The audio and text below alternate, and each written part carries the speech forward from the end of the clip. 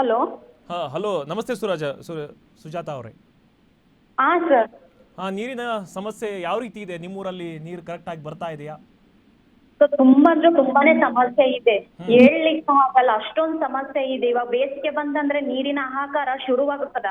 ಮತ್ತೆ ಹಳ್ಳಿಗಳಲ್ಲೂ ಕೃಷಿಗೆ ನೀರಿಲ್ಲದೆ ಮತ್ತೆ ರೈತರು ಕಂಗಾಲಾಗುತ್ತಿದ್ದಾರೆ. ಮತ್ತೆ ನೀರೇ ಜೀವನ ಎಂಬ ಮಾತನ್ನು ನಾವು ಕೇವಲ ಬರೆಯಲು ಬಳಸದೆ ಪಾಲಿಸಲು ಮುಂದಾಗ್ಬೇಕು. ಯಾಕಂದ್ರೆ ನೀರು ಎಷ್ಟೊಂದು ಸಮಸ್ಯೆ ನಮ್ಗೆ ಅಂದ್ರೆ ಪ್ರತಿಯೊಂದು ನಾವು ಉಸಿರಾಡಕ್ಕೂನು, ನಾವು ಜೀವ ಇರಕ್ಕೂನು ನಾವು ನೀರನ್ನ ಬಳಸಲೇಬೇಕು, ನಿಜ. ಕುಡಿಯಕ್ಕೂನು.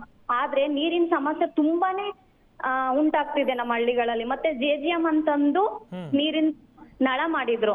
ಜಲ ಜೀವನ್ ಮಿಷನ್ ಅಂತ. ಅದ್ರಲ್ಲಿ ಎಷ್ಟೊಂದು ಸಮಸ್ಯೆಗಳು ಇದೆ ಅಂತಂದ್ರೆ ಮತ್ತೆ ಅದಕ್ಕೆ ಬೇರೆ ಟ್ಯಾಕ್ಸ್ ಅಂತೆ. ಇವಾಗ ಬಡವ್ರು ಎಲ್ಲಿ ಹೋಗ್ಬೇಕು ಸರ್ ಅದನ್ನ? ನೀರ್ ಅನ್ನೋದು ಸ್ವಾಭಾವಿಕ ಅಂತ ಹೇಳ್ತಾರೆ, ನಿಜ. ಆದ್ರೆ ಅದಕ್ಕೂನು ಟ್ಯಾಕ್ಸ್ ಕಟ್ಟಿ ಕುಡಿಯೋ ರೀತಿಯಲ್ಲಿ ಬಂದಿದ್ವಿ. ಬೇಸಿಗೆಗಾಲ ಅಂತಂದ್ರು ಸಾಕು, ನಾವು ಎಷ್ಟೆಲ್ಲ ನಾವು ಸಮಸ್ಯೆನ ಒದ್ದಾಡ್ತಾ ಇದೀವಿ ಗೊತ್ತಾ? ಇದು ಸರ್ಕಾರದವ್ರಿಗೆ ಒಂಚೂರು ಅರ್ಥ ಆಗ್ತಾ ಇಲ್ಲ. ಅದೇ ಇವಾಗ ಜಲ ಜೀವನ್ ಮಿಷನ್ ಮಾಡಿದಾರಲ್ಲ, ಆದ್ರೂ ಕೂಡ ಈ ನೀರಿನ ಸಮಸ್ಯೆ ಬಗೆಹರಿತಾ ಇಲ್ಲ ಅಂತ. ಏನು ಬಗೆಹರಿತಾ ಇಲ್ಲ ಸರ್, ಅಲ್ಲಿ ನೀರೇ ಇಲ್ಲ ಸರ್, ಒಂದ್ ಹನಿನೂ ಡ್ರಾಪ್ ನೀರ್ ಇಲ್ಲ. ಎಷ್ಟು ಕುಡಿತಾರೆ ಜನರು?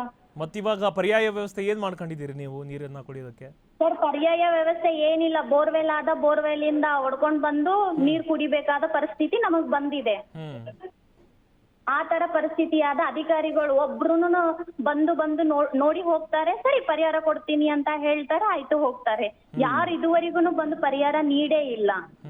ಬರೀ ಎಲೆಕ್ಷನ್ಗೆ ಒಂದೇ ಬರ್ತಾರೆ, ನಮ್ಗೆ ಪಕ್ಷಕ್ಕೆ ಓಟ್ ಹಾಕಿ, ನಮ್ ಪಕ್ಷಕ್ಕೆ ಓಟ್ ಹಾಕಿ ಅಂತ ಹೇಳ್ತಾರೆ ವಿನಃ ಯಾರು ಬಂದು ಏನ್ ಸಮಸ್ಯೆ ಇದೆ ಅಂತ ಯಾರು ಏನು ಮಾತಾಡಲ್ಲ. ಇನ್ನು ಮತ್ತೆ ಜಾನುವಾರುಗಳ ಅಲ್ಲ, ಇವಾಗ ಹಸು ಅದು ಇರ್ತಾವಲ್ಲ, ಅವುಗಳ ಕತೆ ಏನಾಗಿದೆ ಅಂತ ರಾಯಚೂರಲ್ಲಿ? ಸರ್, ಆ ಜಾನುವಾರು ಕತೆಗಳು ಏನ್ ಕೇಳ್ತೀರಾ ಸರ್?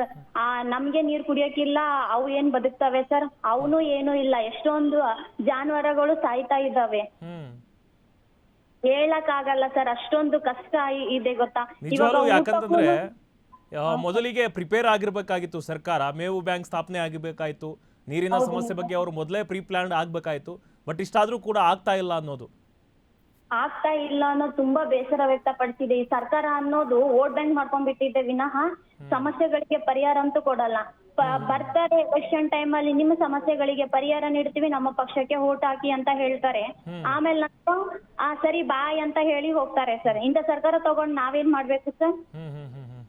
ಅಂದ್ರೆ ಇವಾಗ ಕೃಷ್ಣ ತುಂಗಭದ್ರಾ ನೀರು ಬರ್ತಾ ಇಲ್ವಾ ನಿಮ್ಮ ಹತ್ರ?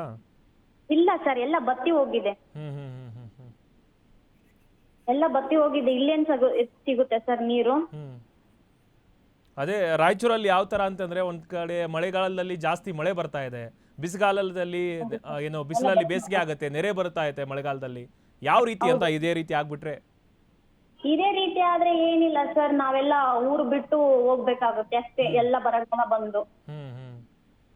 ಅದ್ರಾಗ ಬೇರೆ ಎಲ್ಲ ಎಷ್ಟೆಷ್ಟು ಸಮಸ್ಯೆಗಳು ತಂದು ಹಾಕ್ತಾ ಇದ್ದಾರೆ. ಅದ್ರಾಗ ಬೇರೆ ಇದು ನೀರಿನ ಒಂದು ಸಮಸ್ಯೆ. ಬೇಸಿಗೆಗಾಲ ಬಂತಂದ್ರೆ ಸಾಕು, ನೀರಿಗಾಗಿ ಪರದಾಡ್ಬೇಕು ನಮ್ಮ ಹಳ್ಳಿಗಳಲ್ಲಿ. ಅದ್ರಾಗ ಬೇರೆ ಮತ್ತೆ ಕಲುಷಿತ ನೀರು. ನಿಜ. ಆ ಕಲುಷಿತ ನೀರು ಕುಡಿದ್ಬಿಟ್ಟು ಎಲ್ಲಾರು ಆಸ್ಪತ್ರೆ ಪಾಲಾಗ್ತಿದ್ದಾರೆ. ಆಸ್ಪತ್ರೆ ಪಾಲು ನಾವ್ ಕಟ್ಬೇಕೋ ಇಲ್ಲ ಸರ್ಕಾರ ಬಂದ್ ಕಟ್ಟುತ್ತೋ ಅದೇ ಗೊತ್ತಿಲ್ಲ ಇವಾಗ. ಒಟ್ನಲ್ಲಿ ಅವ್ರಿಗೆ ಯಾವ್ದು ಒಂದು ಜನರ ಸಮಸ್ಯೆ ಯಾವ್ದು ಬೇಡ ಅವ್ರಿಗೆ. ಬೇಡ. ಅವ್ರ ಮಕ್ಕಳು ಚೆನ್ನಾಗಿದ್ರೆ ಸಾಕು, ಅವ್ರ ಮನೆ ಚೆನ್ನಾಗಿದ್ರೆ ಸಾಕು, ಅಷ್ಟೇ ನೋಡ್ಕೊಳ್ತಾರೆ ವಿನಃ ಬೇರೆಯವರು ಮನೆ ಮಕ್ಕಳು ಹೇಗಾದ್ರೆ ಹಾಳಾಗೋಗ್ಲಿ. ಓಕೆ ಥ್ಯಾಂಕ್ ಯು ಸುಜಾತ ಅವರೇ, ಆರ್ಮ್ಯಾಕ್ಸ್ ಕನ್ನಡ ಜೊತೆ ಮಾತನಾಡಿದ್ದಕ್ಕಾಗಿ. Thank you sir. ಎಸ್, ನಾನು ಹೇಳ್ತಾ ಇದ್ದೆ, ರಾಯಚೂರಲ್ಲಿ, ಆಮೇಲೆ ಗದಗ ಬೆಟಗೇರಿಯಲ್ಲಿ, ಆಮೇಲೆ ತುಮಕೂರಲ್ಲಿ, ಎಲ್ಲ ಕಡೆನೂ ಕೂಡ ಉತ್ತರ ಕರ್ನಾಟಕವನ್ನು ನೋಡಿದ್ರಂತೂ ಕೂಡ ಬರೀ ನೀರಿನ ಸಮಸ್ಯೆ, ಅಗಾಧ ಸಮಸ್ಯೆ ಇದೆ. ಜನ ಪರದಾಡ್ತಿದಾರಲ್ಲಿ. ಎಷ್ಟೋ ಒಂದು ದಿವಸ ಅಲ್ಲ, 20 ದಿವಸ 25 ದಿವಸ ನೀರಿಲ್ಲದೆ ಪರದಾಟವನ್ನು ಪಟ್ಟಿದ್ದಾರೆ ರಾಯಚೂರಿನಲ್ಲೂ ಕೂಡ, ಆಮೇಲೆ ಗದಗ ಬೆಟಗೇರಿಯಲ್ಲೂ ಕೂಡ. ಇದೀಗ ಸುಜಾತ ಅವರು ಕೂಡ ಅದನ್ನೇ ಹೇಳ್ತಾ ಇದ್ರು.